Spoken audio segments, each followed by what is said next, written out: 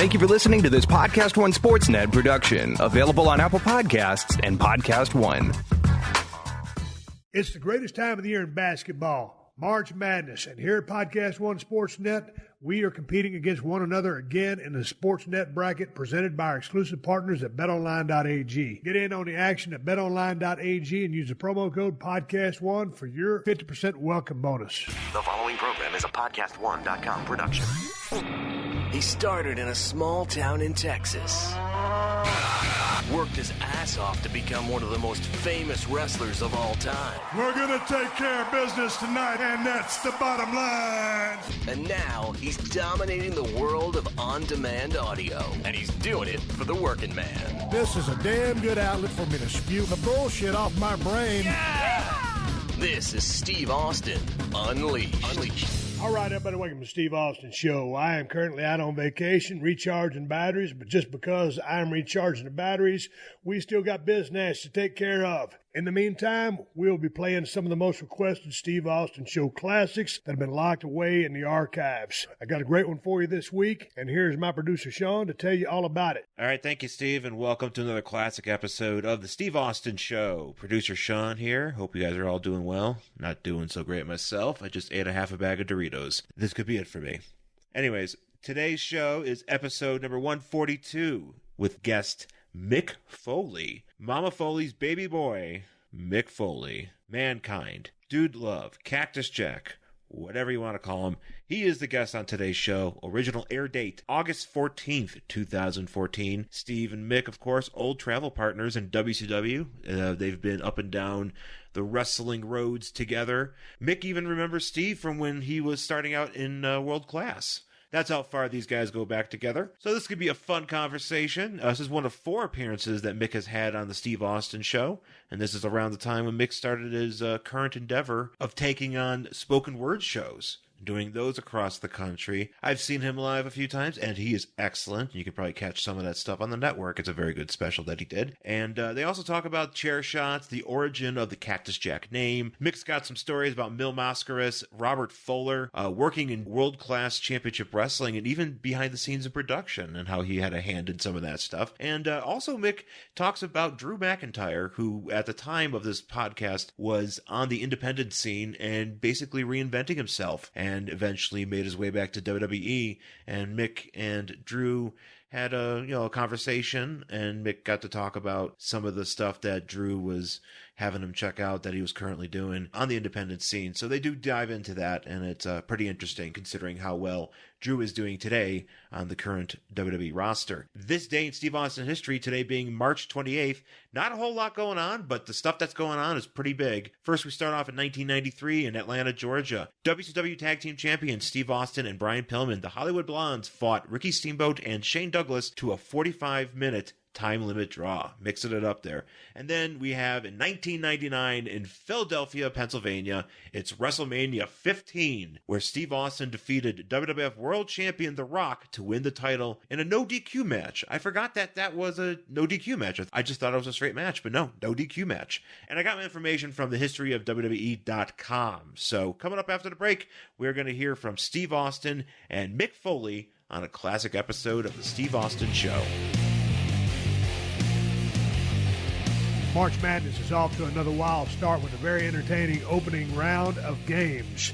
And now we're down to the Sweet 16. The hashtag Sportsnet Bracket Challenge presented by BetOnline.ag continues as the Steve Austin Show competes against other PodcastOne Sportsnet shows. To get in on all the action, sign up today for a free account at BetOnline.ag and use the promo code PodcastOne for your 50% welcome bonus. Each week throughout the tournament, the PodcastOne Sportsnet Show that has picked the most games correctly will be rewarding listeners with money into your BetOnline.ag account. And don't sweat it, because if your bracket gets busted early, you'll still have a chance to kick out and win some cash. It's the hashtag Sportsnet Bracket Challenge presented by BetOnline.ag. Don't forget to use promo code PodcastOne at BetOnline.ag, your online sportsbook experts. This is Steve Austin, Unleashed. Welcome to the crib. It's good to see your ass. It's good to be here, man. I feel honored, under a lot of pressure, though. We ain't under no pressure, because I was thinking How do you start off conversation with my old travel partner and a good friend and a guy who's been down the road as many miles as you and I have? And then you drove up. I said, hey, park in front of the driveway because parking's tight. And as soon as you drove up, I said, that's where we're starting. You rent a car. Let's do it, man. Everybody knows you're one of the cheapest cats in the history of the business. And I say that with all due respect. With reverence, yeah, I appreciate because, that. you know, I'm number 2 right behind you. So you come cruising up in a brand new 2014 white Dodge Challenger. I said, damn, I thought you were going to stop with some 24s on that. Pimping ain't easy. So what's the deal with the damn hellacious car? I'm glad to see you treating yourself with a little style. I did. You know, there was a defining moment in my life, and I don't swear much, right? We'll do whatever you want. I'm gonna drop one for you because this, and it very seldom did I talk in first person either, right? Yeah. But I remember my third day in the company, you know, WWE. I didn't have much of a relationship with Vince for a year or so. You know, like, hello, Mr. McMahon, how are you doing? You called him Mr. McMahon. In the beginning, yeah. Gotcha. And then I went so many years calling him Vince that I remember going back. It took me years to figure out. And this is going all the way back to when Vince had the explosion where Mr. McMahon had died. And I wasn't happy about it. And at that time, I had the stroke to say something. You know, right. That stroke is long gone. But I went up to him and I said, Vince, I said, you know, I got a call from a soldier who really was blown up, and he was worried about you. And I got a call from a little boy who really is dying, and he was worried about you. I said, this is an incredibly poor taste. And he goes, Mick, Vince McMahon didn't die. Mr. McMahon did. And I said, do you think our audience knows the difference? He goes, of course they do. And it was right then that I realized what he was talking about like a year earlier when we're doing, it was a live backstage interview, otherwise he would have caught it. And I referred to him as Vince. And he said, what did you call me? I said, Vince? Like, I never knew where he was going with it. Yeah. And where he was going with it was, he's Mr. McMahon. Right. And I had no idea they were two separate people. Right. So yes, but going back to 96, I'm new in the company. And he comes up to talk to me, and he sees me putting something behind my back, you know, like a little kid. He finally asked me, what do you have behind your back? I said, nothing. What do you have behind your back? And he pries out of my hand a book that says, America's Sleep Cheaps. Cheap Sleeps. How to stay around the country for less than $30 a night, because that was prime on my mind. You know, at that time, I didn't know how long my run was going to be. I had pretty good faith from a lot of experts. It wasn't going to be long at all, you know? So I was saving every dime I could. And it finally got to a point where I was somewhere in West Virginia. I'm wrestling The Undertaker. I'm not on top, but I'm second from the top, you know? It comes time for me to find a place to sleep. And I paid $25 cash. No credit cards accepted. You have to go around. Few smart marks out there, kiss ash. And I lay down in this bed. The bed just sags underneath my weight, $25 cash. And I just looked up at the ceiling and I said out loud, I said, what are you doing here? You're Cactus fucking Jack. And I talked in first person, called myself by my gimmick name, and cursed out loud. I went over to the guy and I told him that wasn't going to support my back. And I went in and I got like a $50 room. I like went from the 1-star, you know, the bully to the 2.5, 3-star level. And I realized, you know, that, man, maybe those glory days where we're tripling up in the lodge, you know, they make for great stories, but, I was going to have to invest in myself a little bit better. So although I would have loved to have shown up in a car that would have pleased you, first and foremost in my mind is comfort of the driver's seat. We were talking off air about the fact I went on a 15-date tour, 15 cities and 15 dates. Suicide run. 11 states, 92 hours of driving. And I need that good front seat. And if you're Cactus fucking Jack. I'm Cactus. I've already dropped my one F-bomb. I try to use one an hour when I do my show. And you take whatever's in the lot. If you're a national guy, you know, you get your pick once you've had that. You're part of the club? Yeah. Like I'm on a Hertz #1 club. Yeah. And you have your pick of 7 or 8 things. They had an SUV. They had a couple other things. And cars were too small. And I knew that Dodge had the prime I got in it while I go to move it. You parked the wrong way on my driveway, so I got in, spun that thing around. That's the first time I've ever driven one of them Challengers. Pretty sweet ride. Yeah, very nice. You hauling ass? You got your everything buckled up? Yeah. Hey, you know what I saw? Everybody, you got your iPhone. I saw your technology, and you and me go way back before cell phones were even around. Yeah. You got your road map over there. You don't just type in a destination on your iPhone. You got a physical road map. Yeah. The people listen to the Steve Austin show. Some of you are so young that y'all don't know that a paper map actually exists. And you look on the highways and byways and shows you how to get places. Mick Foley, Cactus fucking Jack, has a real road map on his passenger seat. You don't see them anymore. You don't see them. And honestly, I don't usually travel with one, but there are times, you have to verify. You go type in your GPS, you get the thing, and then check it just to make sure it's okay. Yeah. Because I've been out there, and I'm sure you have too, where the GPS takes on a mind of its own, and you end up going a long way. Me and my brother-in-law was in a car the other day. We was going to Chico, California from Sparks, Nevada. It says hang a right on Ellis Road. It's a dirt road. Yeah. We went a quarter mile down that thing and said, hey, do a U-turn. I ain't trusting this lady in the iPhone. We took the long way around, and sure enough, about 6, 7, 8 miles later, on the right-hand side of the road was Ellis Road. It was a shortcut, and we didn't take it. So it proved us. It kind of blew up on our face on that one. But I'm all over the state. I'm all over the state of California, so I at least need to know where I'm going. My question to you is, dude, what are you doing? Are you stark raving crazy? You're supposed to be kicking it now. You worked your ass off. You beat up your body. Steel chairs to the head. You should be kicking back, picking your spots. You're hitting it hot and heavy. It's hard. The dates are coming in. I've been working on this for 5 years. I went from where I couldn't get anybody to go to the show. I mean, it was frustrating. I'd do a book signing, and I'd have a good line. I'd do a minor league baseball game, great line. And when I'd ask people, hey, you going to go to my show, I could tell people were lying to me they were creating excuses not to go to the show because it doesn't seem to make sense. It seems like a giant leap when actually it's like a little sidestep. I'd look at guys and they go, really, you're doing, I never should have called it comedy. Should have gone with spoken word. Right. Should have coined a phrase like WWE did with.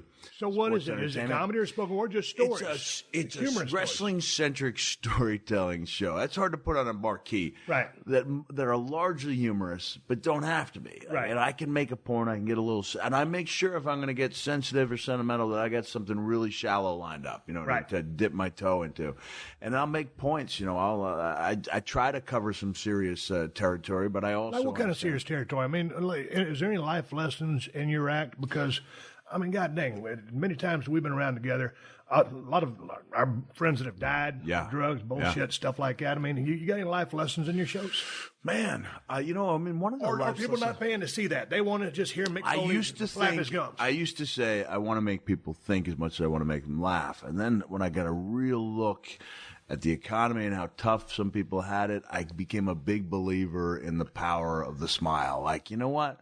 They can get the heaviness somewhere else. I mean, it's, like with my books, people picked up little lessons about life. I'm not going to force a lesson on people. If the one lesson I try to pass on is that, you don't let the situation define for you what being a success is. Like I always, WrestleMania moments become part of it's part of the lexicon, so I refer to things as this is my WrestleMania moment, I had a thing where I was doing a little Santa Claus appearance because I have a weakness as, for Santa, and I was doing it, for a friend of mine who has a side project with Nora Jones, and I come in, I show up late, I almost left, I was cursing out loud, the GPS tell me I'm on the Brooklyn Queens Expressway, and I could see the BQE over me, I was on the verge of leaving, and I looked in the mirror, and I said, if you don't go back in there, and I got my beard bleached white, and my skin's all burned underneath, you don't go back in there, do the best job you can. You don't deserve to wear this. And so similar lessons to what you're doing in wrestling. And then when I walked in, it was like entering the land of Oz, and I walk up there, I say my little piece, Nora Jones goes to sing Silent Night, and I'm looking at a microphone and Nora Jones about 8 feet away from me, and I thought to myself, if you don't walk up there and start singing Silent Night with Nora Jones as Santa Claus, you regret it for the rest of your life, Cactus freaking Jack. And that was like, I'm looking at it, about 400 people there, and it's like, this is a WrestleMania moment. Like, this is this feels as good as anything ever did inside that ring. And that's really the only lesson I have, is that, you can take a guy who used to perform in front of tens of thousands and put him in some case in front of tens of tens. Yeah. He's usually in the hundreds, you know? I mean, I need double digits to have a good time. You can't have a single digit crowd. But I'm enjoying it, and I have to go back to 2000 when I was the commissioner to think of a time when I had this much fun. Right. And from just a financial perspective, I mean, one of the problems, you were probably like me. It's a wonder that JR and I have stayed friends all these years, because I was not shy about making that 203 phone call when I thought the paycheck was a little light. You got to. And this is a life lesson to any of the boys out there listening to this podcast. Hey, man, you got to rattle a cage sometimes in regards to payoffs. And another quick segue, I always tell guys, these youngsters coming up, always ask the house, know your spot on the card, who you work with, and time is, when it comes to buck for promotion, you will have some concrete evidence, and you will have learned the system. Continue your story. I know we're going to go off on a lot of segues here, but I know people want to hear us talk wrestling, and you had Zach on a few weeks ago, and I felt like I had to write something about the Zack Ryder case, and I was going to call it the tragedy of Zack Ryder, and then I watched the evening news and saw real tragedies, and ended up calling it the sad case or sad story of Zack Ryder. The saddest part about that whole situation is when I asked him what happened, he said, I don't know. I said, you never asked? And he shook his head and he said, no. And it's like, it's almost expected. You need to, that's one of the big tests, above and beyond what you can do in the ring. You need to make that knock on that door and state your case. And in his situation, he had a rock solid case. He could point to merchandise. Yeah, he got himself over on YouTube. I mean, great little show. Yeah, Long Island, IZ. Yeah, and people respond and say maybe he didn't have legs. He'd have to tweak the. Yeah, he would have to, but you need to give something a shot. Case. Yeah, I mean, hell, the kid got himself over. And so that is a lesson for everybody there, is that, when you first come in, of course, you're humble and you expect, you're happy to be there. But the business doesn't do well with guys who are just happy to be there. You got to paint a target on another guy up's back and go after that guy. I mean, you're out there to take everybody's spot. I mean, you don't really this is me looking back and reflecting. Yeah. But, I mean, as you were, God dang, we went down the road together. We were hungry as hell. Literally, we were starving. But we was always trying to make it one notch up on the card. I mean, I know when you grew up as a fan of the business, and Jack lives on Long Island. Before we roll sound, I said, you live in Long Island. It's on Island. Dude, you just want to be a pro wrestler, right? Yeah. But, I mean, it's always your dream to be the main event. Steve, I'm in a little different categories. I've been told for so many years. Yeah, I didn't accept that was my end Dude, did they program you? They beat you down so much? You had so many naysayers. You overcame a lot. But I never saw myself as being a champion. I honestly, when you say, was my program a success? In our case, we wrestled. You were going on to you were going on to the next big thing. When I had The Rock, it was because he was about to wrestle you. I knew my role and I accepted it. I mean, to this day, when people say do you think does it bother you don't get enough credit? You're not up there with I think you do get plenty of credit. I do but too, you had your naysayers while you were in the trenches. Sure. Yeah. Oh yeah. A lot of them. Yeah. Same. But the end game was making a contribution and then having the best possible match I could.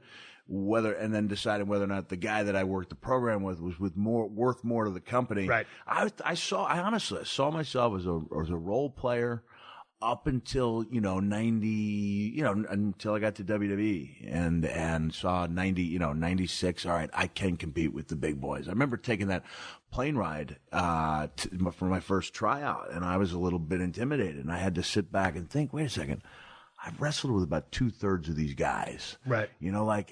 I'm going in to do business with The Undertaker, but deep down, he's the same guy I rode with 6 years ago. It hasn't changed that much. And I had that level of pep talk to myself. It's an intimidating situation.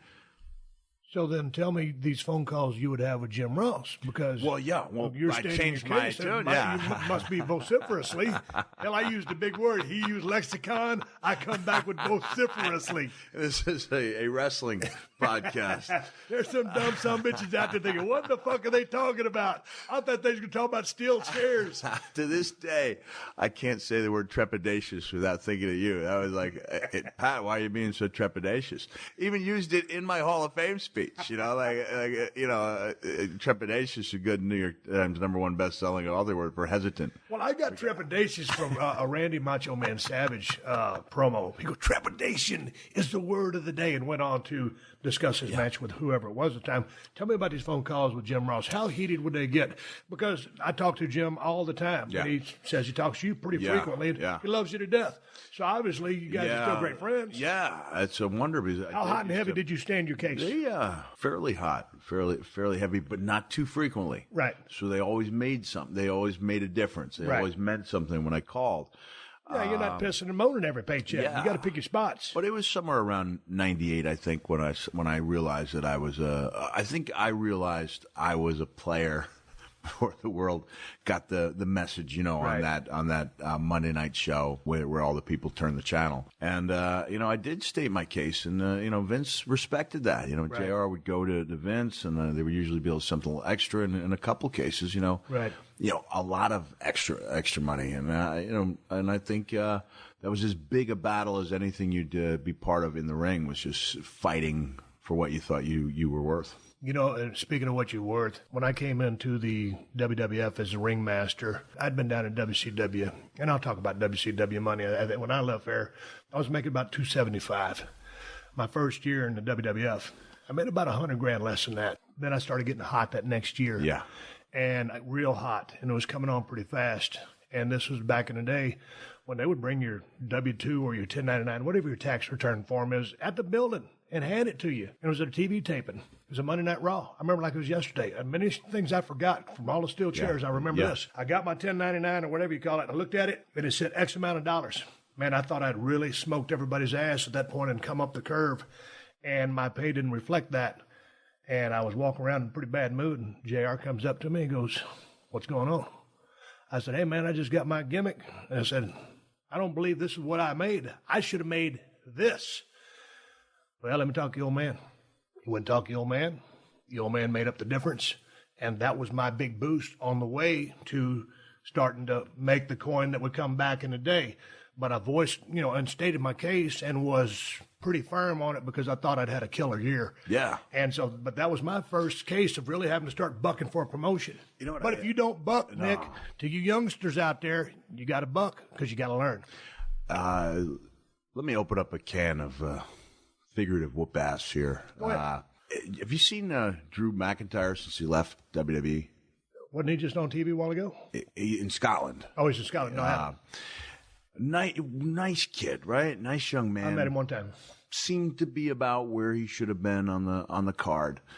He reached out to me via social media. What do you think I should do? And I said, watch WWE Countdown and watch what Paul Heyman says about Stone Cold Steve Austin when he left WCW.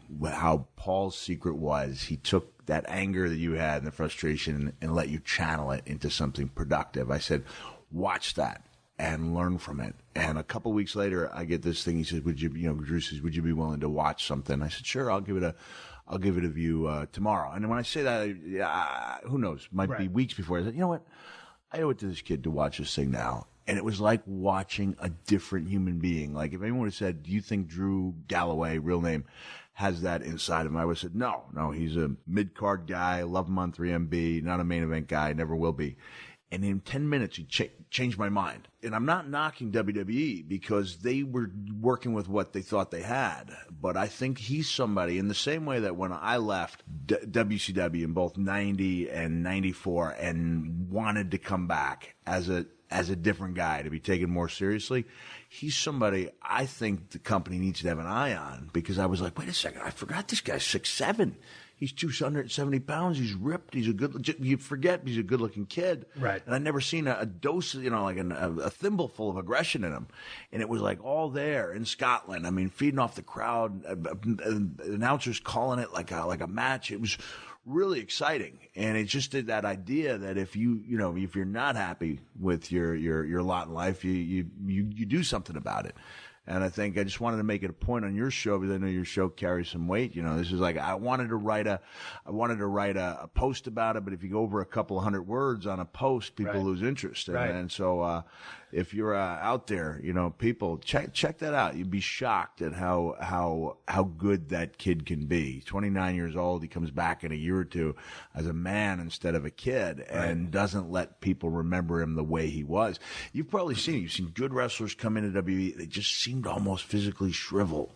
The ring's a little bigger. Everybody's 6'6", 270, and unless you got in your head that you absolutely positively belong there, you just you shrivel up psychologically. Make sure to stick around after this podcast to get the latest headlines from the AP News Minute. Podcast One's coverage of March Madness runs on Diesel. All right, it's March, which means it's time for the madness. So we got it all covered on the big podcast with me, Shaq. The legendary, get him out the game, baby. Dick Vitale, how you doing, Coach? Hey, Shaq, what's going on, man? And we're way more than just sports, Shaquille. So be prepared to laugh as we bring you the best basketball coverage. The big podcast with Shaq. Check us out with new episodes every Monday at PodcastOne.com. This is Steve Austin Unleashed. You want to hear us talk about wrestling? Let's talk about it. Your physicality throughout your career was off the charts, extremely high threshold for pain. All the bumps that you took, probably you paying the price for them now. Yeah, definitely. How you feeling? It's been a tough couple of years, honestly. It really has. We didn't know nearly as much as we did about concussions, first of all. And I thought a concussion was something that knocked you out, had you throwing up, and so I guessed I'd had 6. Then we come to find out that it's not just the major blows, it's those cumulative blows, including body blows. Who would have known? Yeah. Like, who would have ever guessed that a backdrop on the floor, say, can you imagine, a neurologist, orthopedic guy looking at a backdrop on a concrete floor in slow motion, what that does to your body? And you think about it. I remember wrestling you at house shows. Backdropping you, number one guy in the business, and you're taking backdrops in the concrete at house shows because you were doing what you thought you had to do to pop that crowd. In retrospect, maybe some of those decisions weren't that sound, especially post 2004. Is that when it started catching up to you? Well, 99, I remember Hunter actually saying to me, like, people say, hey, Mick Foley must be, like, falling apart. And Hunter was like, no, he's actually moving around pretty good. That was, like, 98. Yeah. Within about a year. I was like a different human being. Everything hurt. Like, it caught up. Mother Nature and Father Time kicked my ass in a hurry. Mother Nature, Father Time. Brother. But you didn't have any major surgeries yet. Did you have anything replaced or fixed? You know what? Here's part of the problem. I went to top. Well, the neurologist gave me two of them, Ixnay. It's kind of this is something I'm proud of. I want it on my epitaph. When Dr. Cantu from the Boston Center for Traumatic Encephalopathy told me in no uncertain terms that I could never go in the ring again. I looked at one of the top neurologists right in the eye and I said, "I can work an entire match around my left knee." That's a great wrestler line, right? Yeah. Like I can work an entire match around my left knee. And he looked at me and said, "Mr. Foley, when you were in my office 2 weeks earlier, you struck me as a bright young man." He said, "I've been doing a little reading." He said, "You got a lot going on." He goes, "If you think you can find another neurologist to clear you, that's up to you. But I'm telling you, as a neurologist, you should never be in the ring again." And it was like an enormous weight was off my shoulders. It really was. How so? Because someone gives you a reason to walk away? The ball was taken out of my court. It's almost like a boxing match where the guy throws in the white, the white towel. They did it for you. Yeah. And I had that talk with Edge 6 weeks later. I was driving through, the mountains of North Carolina. I was like, "Hey, Edge lives somewhere around here." Gave him a call, and he was like at total peace with that decision because he realized coming back means risking paralysis. It's not a matter of guts. You can't do it. And I think guys like us, you need that guy telling you you can't do it because otherwise you will be sitting there. And I probably could have had a good match with Dean Ambrose. Right. 10 minutes, with all the bells and whistles. I mean, I was even going to call Undertaker and say, can I please, for one match, can I come up through the ring? Right. I had everything lined up, and I thought we had a heck of a match. So it was easier for me to have the ball taken out of my hands and kind of walk over to that bench and sit down. When I was in Seattle, WrestleMania 19, man, I was drinking a little bit, living too fast. I've told the story too many times. I won't tell it again. I went to the hospital that night, ambulance. Heart was going crazy, drinking too many speed stacks and all that other bullshit. And they put 4 liters of fluid in me. I was dehydrated. Didn't really give me the clearance to wrestle the next day. Yeah. But I was going to because it was WrestleMania 19, and I knew I had to hang them up. And so I had to, go to work because that's what we do. Yeah. So I went to work. Man, I remember showing up down there, and Jason, the guy who works at WWF, had the place lit up. It was a beautiful building, there in that arena there. KD and all the gang was there. JR rode with me.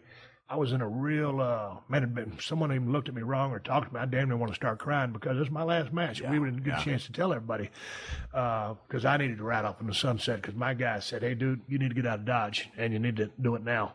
So, went and did it. But I remember Rock hit me with 3 rock bottoms. On that last one, I laid there at 1, 2, 3.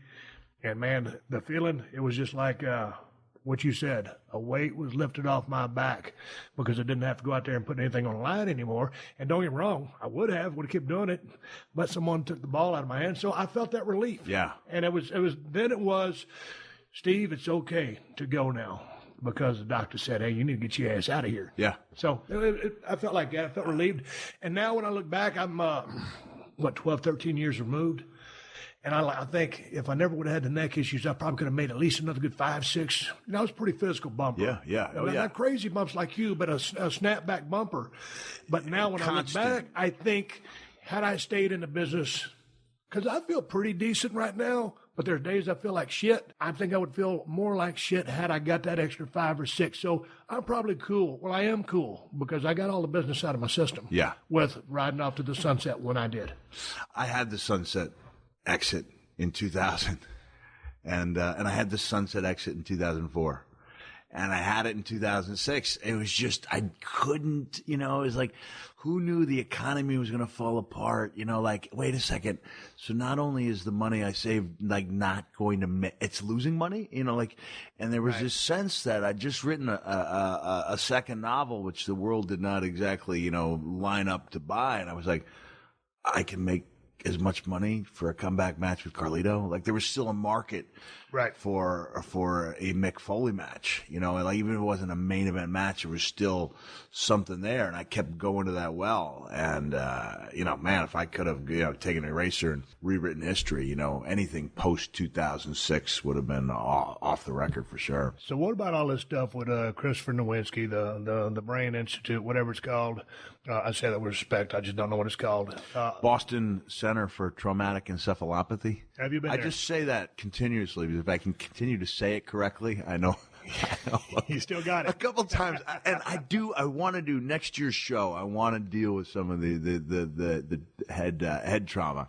And I've dabbled in it a little bit where I've said, as long as I continue to say the words Boston Center for Traumatic Encephalopathy, I know I'm okay. And a couple minutes later, I'll come back to the Boston Center for Traumatic Encephalopathy. And I'll start coming up with different ways to screw up the name. Right. And it's an uncomfortable laughter because not everybody understands that I'm messing it up on purpose. And it's kind of like a clever thing where you're getting the laughs from a few people. But it's like, I don't know if I'm supposed to be laughing at this guy's expense. Right. And that's one of the things I'm looking for is if I do want to make a serious statement in my show, how do I do it? And I've talked to Brendan Burns, who's a brilliant comic from Australia and knows the wrestling business, has a real good feel for the wrestling business. If it wasn't for the fact that Vince would personally hate him and have him thrown out by the end of the first day, he'd been an outstanding asset to the writing team. And I asked him about that, and he's like, mate, you're going to get that series, you got to have a killer final 15. And I don't have a way to go from there, but it's like you drive down the road. It reminds me so much of coming up with a match for a pay-per-view, you got your sections, you got your moves. Especially for me, I had a limited set of moves, and I had to keep thinking of different ways to combine them, throw them in, different ways of making the matches exciting. And when it clicks, the same way that, the match would come together and click and you'd have that vision in your head. It's the same feeling of fulfillment. I'm not there yet. I don't know how to do next year's show yet. I'm having fun. So how's the gray matter inside your cranium? You good? You fucked up? Well, it's going to be a waiting game. I'm donating. I have little memory lapses here and there now. Sometimes I can't, I always joke to my damn wife. I say, hell, man, sometimes, Kristen, the faster I cross the room, the sooner I forget why I crossed it. I have a fleeting moment like that, but I can't say that that's because I got hit with a bunch of steel chairs, because I was a hands-up guy. Probably had, 2 to 3 concussions due to activity in the ring, just to a bump gone wrong. Yeah. So I can't chalk it myself up. And I got lit up playing football now here or there a few times. When they asked me how many times you've seen stars, that's another. I was like, what? What do you mean? Like, hundreds? You're telling me? And Brother, you don't see stars, you see constellations.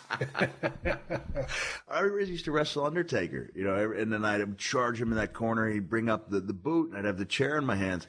Yeah. And the percentage of people who would have known the difference between real contact and some space would be so minimal. But to me, if I didn't feel those stars, I wasn't doing it right. Right. Going back in time, I would have had that hand, what would it have hurt? Right. To put not only the hand up between my chair and, and that boot, but to put that chair up put that hand up when those chairs were traveling at high speed. Mick, you went to wrestling school, and at the core, your beginning was with Dominic DeNucci, correct? Right. Now, in the School of Professional Wrestling, 2 questions. How long was the wrestling school, and did you learn how to take a chair shot? I'll answer no. 2 questions. All right, yeah. I'll answer the second one first. Okay. No. There was never like a chair shot class. Okay, then we'll skip the rest of the wrestling.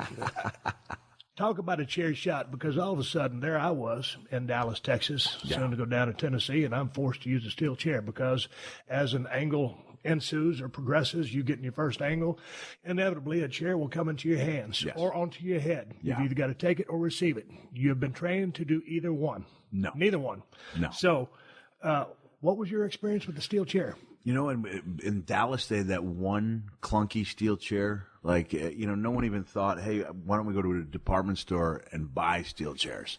Even when I remember wrestling Sting at Beach Blast, and part of the reason we did well is because I went and searched the arena and found a steel chair. Sid had a match earlier on. They went to use a chair, and they had that horrible cushion chair with the hinges that looks awful. Yeah. It doesn't because it looks to the crowd like, first of all, those chairs are heavy. They hurt your vertebral structure. Yeah. But to the crowd, because they have a pad on them, that doesn't hurt all of a sudden. Yeah. So then you have to go to the core steel chair. Exactly. And the one we had in Dallas was awkward, had rust all over it. Piece of shit. And one of the first times I took a chair, I broke my thumb putting my hand up, and the lesson I took from that was my head was harder. Than my thought, wrong lesson. Yeah. But also keep in mind that at that time, you were working a gimmick, and you were working a character. And I had an act, and when I say he was on me, I mean in a good way. He would come to me and, Jack, you work so hard. Yeah, he goes, but you're so nice to the fans. Like that was my weakness when you're in a territory every week, you're a every good dude. Friday, Saturday. Yeah. People get that feel. It's part of what I talk about during my current show. And I love talking about it. I love the current shows. I try to figure out ways every night to make it better, but I talk about that almost like collective realization, after a certain point, where you'd see all the wild moves, and I had the eyes, which always put a question mark in people's minds, but it would be like about that 6-month mark. If you'd watched for 6 months steadily, and then I'd come down with that elbow, I'd look up at that camera, it was almost like you could feel people going, he's a nice guy. Like they would. Oh, you got that? I thought you was crazy. What? And I mean, that's a compliment. And I was helped in WWE, the mask, right? Which I only recently came to find out through Bruce Pritchard was really just Vince's way of hiring me while covering up my face. Really? It was not meant as a deep psychological ploy. It was just JR waging a steady campaign on my behalf, and finally Vince slamming his hand down at a meeting, going, "All right, damn it, I'll bring him in." but I'm covering up his face. Like, this is a quote. Is that a shoot?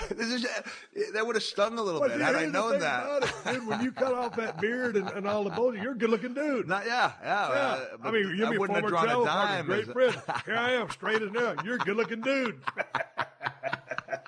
I was not a bad-looking guy, and I had to do a lot with smoke and mirrors, but that goes back to creating that image. In the Sportatorium, you would go up, you'd have Bill Koval, and Big Mike, Cowboy Bill, walking you up that really protective rope that would keep you from the fans. It was like that rope. It was big around as this cord that goes to my Mac laptop computer, and that rope, the barrier said to the people, "Do not cross. You stay here, wrestlers over there." It was the most horseshit, unsafe environment in the history of the wrestling business, but it was great. It worked for the Sportatorium. It worked for the Sportatorium. You look back at all the missed opportunities. Nobody taking a guardrail. You couldn't shoot somebody into the rope. A little white clothesline. Take me into the guard rope. But I would walk up after Bill would lead me in. There'd be like that 20-foot walk from the aisle to the dressing room.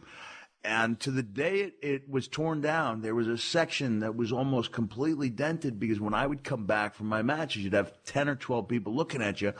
I would slam my head 5-6 times in there because the idea was that those 10 people would tell 10 other people, and he really is crazy. Yeah. And sometimes, I mean, I knew where the beams were. At least I thought I would. I'd avoid the beams. Yeah. Usually I missed them. Right. Sometimes I wouldn't. Right. Looking back now in 97 when my back really seized up on me and I was really struggling but needed to give people what I thought they deserve as far as a physical match was concerned. Right. Like I was, okay, I can't take the bumps that I'm known for. How do I create the illusion, of wildness? And this was in WWF. This is WWF. Yeah. I'm working but let's go back to World Class Championship Wrestling, because you broke into the business in what year?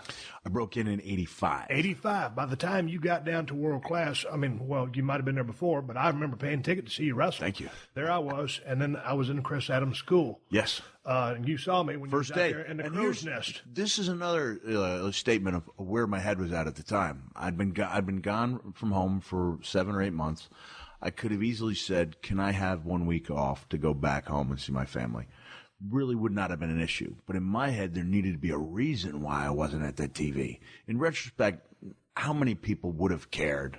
How many flags would have been raised? They said, "Why isn't Cactus Jack at TV?" I thought I needed a reason, and the reason was I'm going to be stretchered out. Right. And for the $25 Friday, Saturday morning payoff, I took the Nestea plunge off that ring apron, and you could actually see on That's the what I'm getting at. That Nestea plunge. Yeah, spitting up, coughing up gobs of blood, and then Akbar cuts the great promo, where he goes, Mark Lorenz says, "Okay, Cactus Jack, never mind that. Look at this expensive shirt."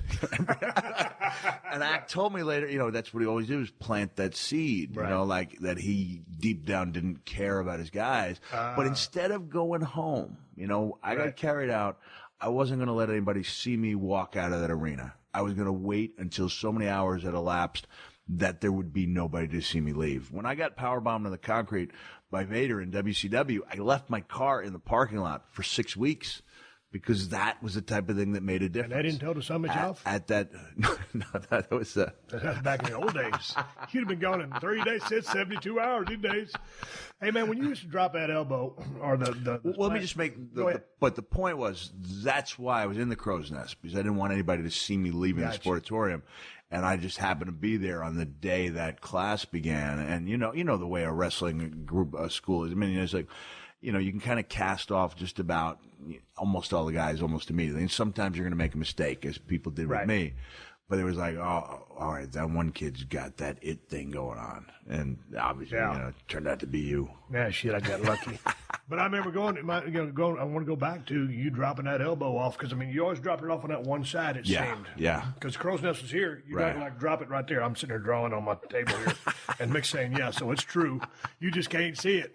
It's audio, not video. I got to learn that. I'm going to get some cameras in here one of these days.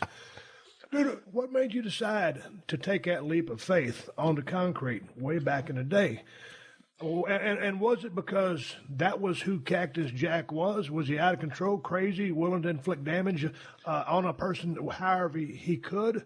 Or were you looking at its core, when you started doing that, to be noticed by somebody to get a push? Robert Fuller was one of the first guys that had faith in me. I think you had about as good a time in Memphis as I did. You know, I learned a lot. I learned a lot too. Yeah. I didn't like it. I've since made peace with Randy Hales. Randy brought me and my family to circus. I realized a valuable learning experience. You go in, you don't know who your opponent is until you get, you see your name on the chalkboard. Right. You walk out there, you haven't seen the guy, haven't talked to him, you're putting a match together. You're learning as you go. I learned a lot, but I wasn't treated particularly well there. And Robert was the guy who had faith in me. And Robert saw me take I'm going to drop a second F-bomb on you. This is a noteworthy line. This is unleashed. Robert saw me take that Nestea plunge at a spot show for a $25 payoff. And, man, that concrete just about knocked me out. And it opened up a nasty wound on the back of my head. And I went back in, and Robert goes, "Oh, damn, Jack. It looks like a pussy sitting on your head. I don't know whether to stitch it or fuck it." I don't do Robert Fuller justice. I've never asked anybody for an instant replay in all my life. Repeat that punchline again. Mother, that is tremendous. In slow motion. That looks like a big old pussy on your head. Damn, Jack. I don't know whether to stitch it or fuck it. That's the most ridiculous thing I've ever heard in my life. But on the way home, he told me, "Listen, son, that's a mighty impressive bump. I'll stop trying to do Robert's voice. No, it's a mighty impressive bump." He said, "But you gotta take care of yourself. You have to do these things when they're meaningful." A couple weeks later, we're driving. And Robert's a lead heel in Memphis, and Robert had a great mind, and it just wasn't clicking that day. He's like, "I don't know what to do." Man, he didn't want to blow off the angle in the first week. He was looking for a way to do a return match. And I said, "Rob, I have an idea." And what was the program? This is Jeff Jarrett had just gotten Robert's loaded boot. Okay. So he had the loaded boot, and we knew there was going to be trouble. And to any of my Steve Austin show listeners out there that don't know what a loaded boot is, what is it? Because people are there, what the fuck's a loaded boot?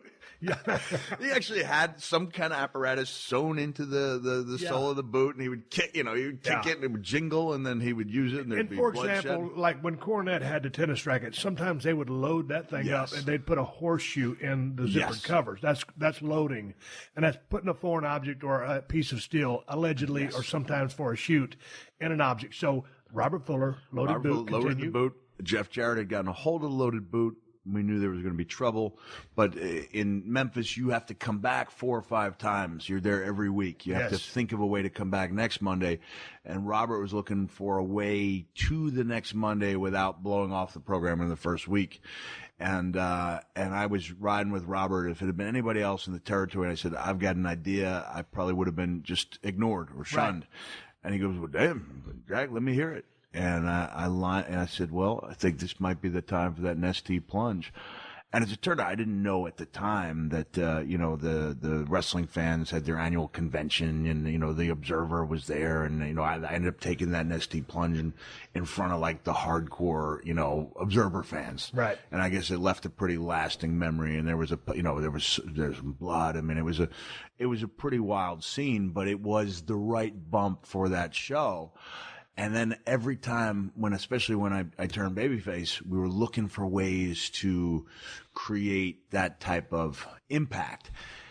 From a selfish point of view, though, I realized, wait a second, I need to have something offensive. Like, this can't be my calling card, is that everything I do. You're sacrificing your body. Yeah. Like, how do I. You're beating you up, not him.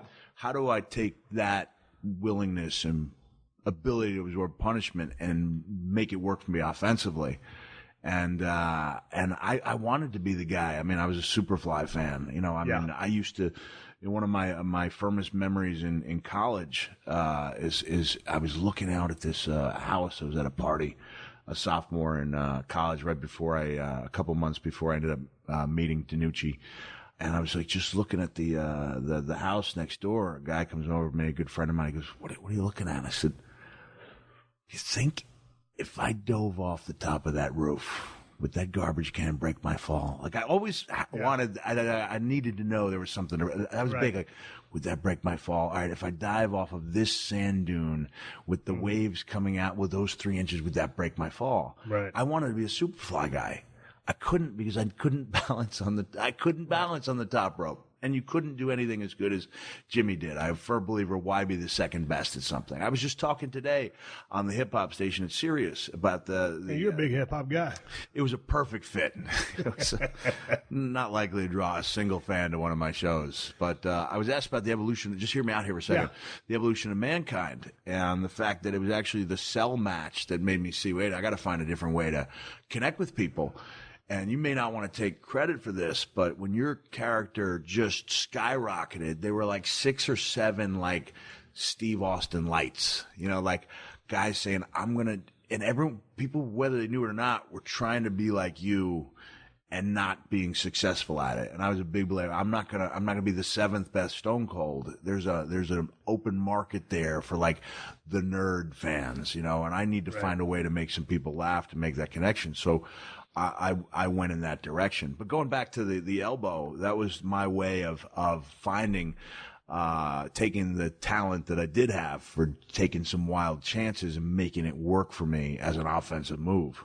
But a question, and before I ask you the question, when I'm talking about loaded objects, one of my favorites from Mid-South Wrestling, Bill Watts, the loaded Gucci bag. Missy Hyatt would Wop Dark Journey with that loaded Gucci bag. I mean, that was one of the damnedest loaded gimmicks of all time, Missy Hyatt's loaded Gucci bag.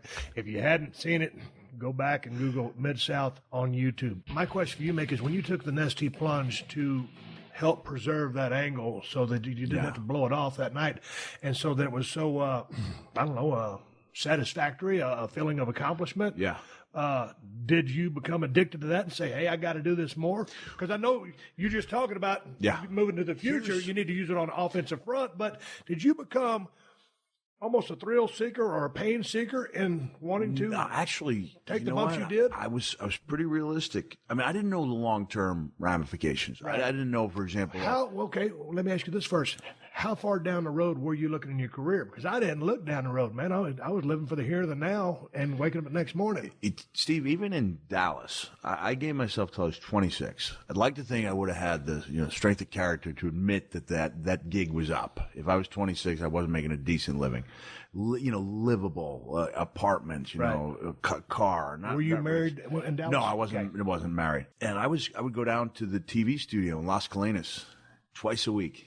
And I would watch Video Bob Von Gursky put the show together. And it's funny, if people go back and watch the old World Class show, I would do several of the voiceovers. I produced a couple of the videos. Like, really? I was pretty hands-on. There was even a time when Bob wanted to take a vacation. They were going to put me in charge of directing the show because I had the background in college. Like, I was always fascinated. I was considered a pain in the neck by some people because I was walking around saying, can you get this camera shot coming from a low, the camera, here's the elbow, and I realize it's my bread and butter. And at that time, it was the 13 to 14 foot, length, back when I had a little spring in my legs. Yeah. And even then, there was very little, but I realized. But you were already looking to the people with the camera to help you look more like a superstar. So if people go home and they watch that Nestea plunge with Mil Mascaras, it's a hell of a bump. But Jackie Crockett had the perfect camera shot, and as I hit, he shook that camera. Right. And like I said, when I got to WWE, there was just a little bit of feeling, when I would walk through, hey, this is what I'm trying to do, this is what I'm trying to accomplish.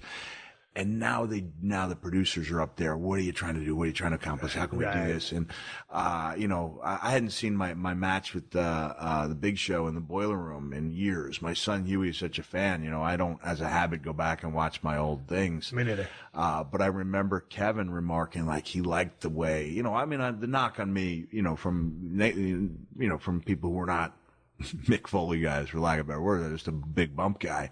But I always wanted there to be a story, and I remember Kevin Dunn really heaping praise on me, after that match when I was clearly way past my physical prime and I was just about to go out for some fairly extensive knee surgery.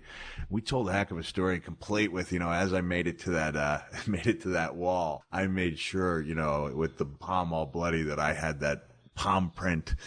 and smear. Like, it was going to leave an impression. So I was real big believer in, thinking visually way back, I think before it entered most people's minds. You brought up a name there, Mil Mascaras. There's a story there. Were you a Mil Mascaras fan?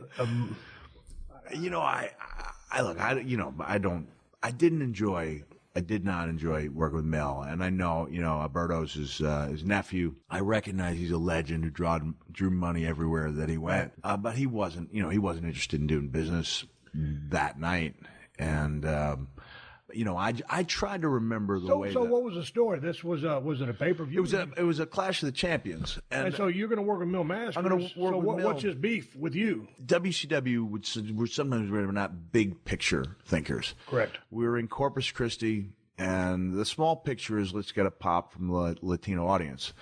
Bigger picture is here's a full-time guy. Why are we having? He's got some promise. He's a guy we want to use. Why are we having him lose on national TV in the Clash to a guy who won't be here ever again? And I was set to, Mil was late, missed his flight, set to wrestle Rick Fargo, actually pick up a victory on Clash of the Champions. And then, Mil came in, I'd say 20, 25 minutes before the match. And it was just a series of arm drags. I managed to get that last, that one move. And I just wanted to kick out, and I caught flack, from the powers that be, you were not kicking out under, and I wanted that image, and I didn't get it, but what I did have was Jim Ross and Jim Cornette making me look like the superstar that Mil didn't, right. I mean, as great as JR's, good God is my witness, broken in half, not far behind it. And much less heralded was Cactus Jack is dead. Jimmy had that high voice. Yeah. It wasn't a perfect TV voice, but you go back, he was quick. Yeah. He knew his wrestling. He got people over. And I liked people who put the product before themselves, even if they had a larger than life personality. And there were a lot of guys who spring to mind. Cornette was one of them. Michael Hayes, I thought, was very unheralded as an announcer, as was Kevin Sullivan, who, even though these guys were gimmick guys, right, would go out of their way to put the guys in the ring over, which right, I try to keep in mind when I had my short stint behind the microphone. So where did the Cactus Jack gimmick come from? Cactus Jack was Who was he? He was Cactus Jack was my generic gimmick that I was only going to do long enough to become Dude Love. Dude, you was born in Indiana. You grew up on Long Island. How in the hell did you come up with Cactus Jack? Because that ain't Long Island. Listen, my dad, and I wrote about this in my book, but I love and miss my dad, and I'll take this opportunity to talk about him. My dad had a reputation in our school system as a disciplinarian. The fact that he had a kid who, sometimes did things a little differently, was a cause of some concern, because my dad was like such, the crew cut, there's no pictures in the Foley family vault of my dad with bell bottoms and pork chop sideburns. He was the crew cut guy. He was the athletic director. And in the book, I talked about how Ward Melville High School was the only high school that didn't allow any taunting or stomping when opponents were taking foul shots. Because they would try to do that, and my dad would just look up at that crowd with, we had this one glance, and you'd see 800 people stand down. And Cactus Jack was just that name that I came up with for my dad when we were playing, it wasn't an internet wrestling game. It was the magazine wrestling game. You could send away, you cut something out from the Bill Apter magazine, and then 3 months later, you got this little board game. And there would be characters that you knew were supposed to emulate WWE, WWF guys, the characters that were supposed to, the Dusty Rhodes character, a very similar name. And then there were some spaces you could fill in your own names. And I was Big Train Foley. That's who I thought I was going to be. And my dad was Cactus Jack. Yeah. And so later on, as months passed, and I created this Dude Love persona for myself, which really was a wig, an orange headband, and a pajama top that somehow made me feel cool. I would put it on, I would go out at night, and I would have confidence that I did not have without it. It sounds absolutely ridiculous, but I was smoother. I could talk with women in a way I never could as Mickey Foley. Mickey Foley. Mickey. So when were you doing the Dude Love? I was doing it as I did it, in a home movie that involved the first. So you were Dude Love some 10, 20 years before you turned into Dude Love. I was Dude Love in WWE? 80. Yeah, I was Dude Love in 85 and 86, and then the deal was, I became Cactus Jack. I was Dude Love in 83 and 84. Started wrestling in 85 with the intention of becoming Dude Love when I got good enough to earn that name. Right. And then along the way, I realized, Mother Nature's not cooperating. I'm not Dude Love. I am this guy. It's Cactus Jack on the surface seemed to be like a Western motif, and we kind of turned it into something completely original, with a very generic sounding name, created a very original concept. Where did Bang Bang come from? Bang Bang, man, I love this story. It was just like some of the craziest things, just come out of thin air. It was, if I say, you're going to pop, and people won't see you smile, but if I say the name Nasty Ned Brady, you'll know exactly what I'm talking about. He was I never call him job guys. He was an enhancement guy who had the greatest facial features, the greatest facial expressions, kind of like buggy whip arms. He was like me without the love handles. He was like a thinner version from a muscularity standpoint. He's like me without the added body weight.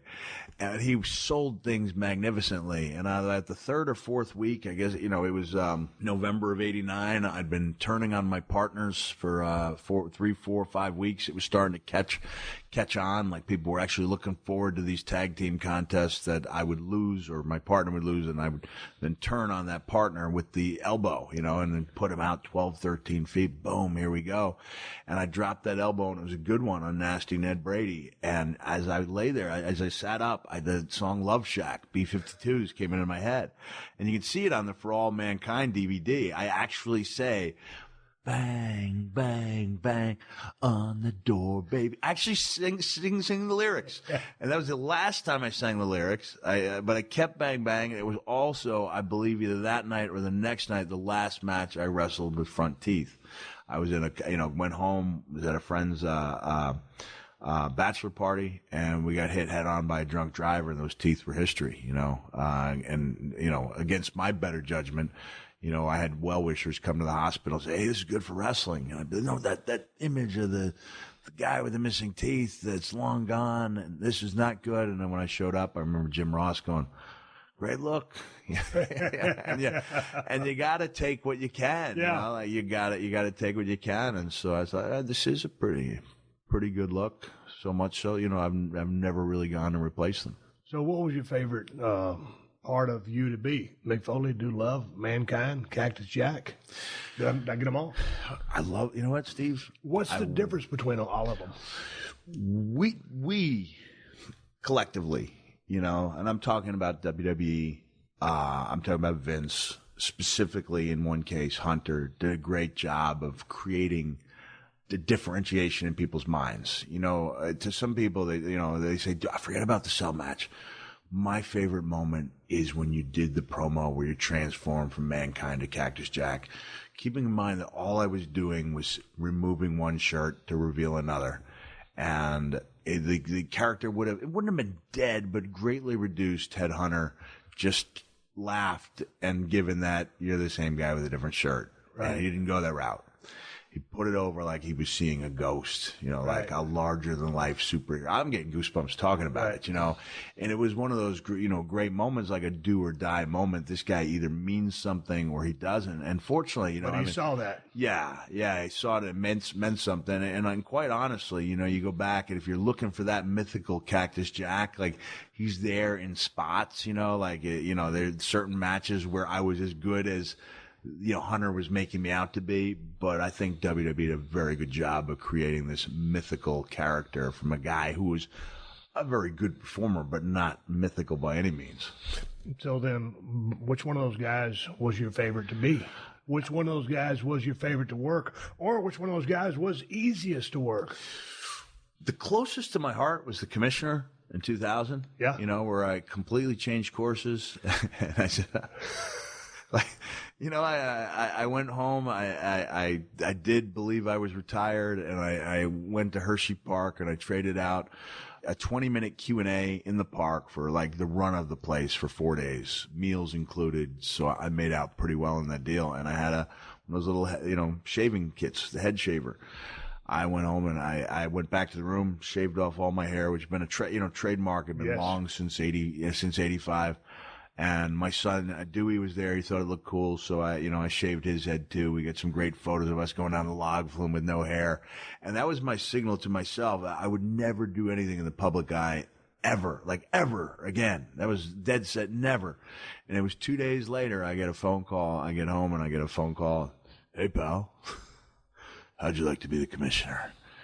And I was like, all right, and I showed up, and and somebody that "Hey pal" was the famous Vince McMahon phone call voice, which is either the best phone call you could ever take, or a bunch of hassle.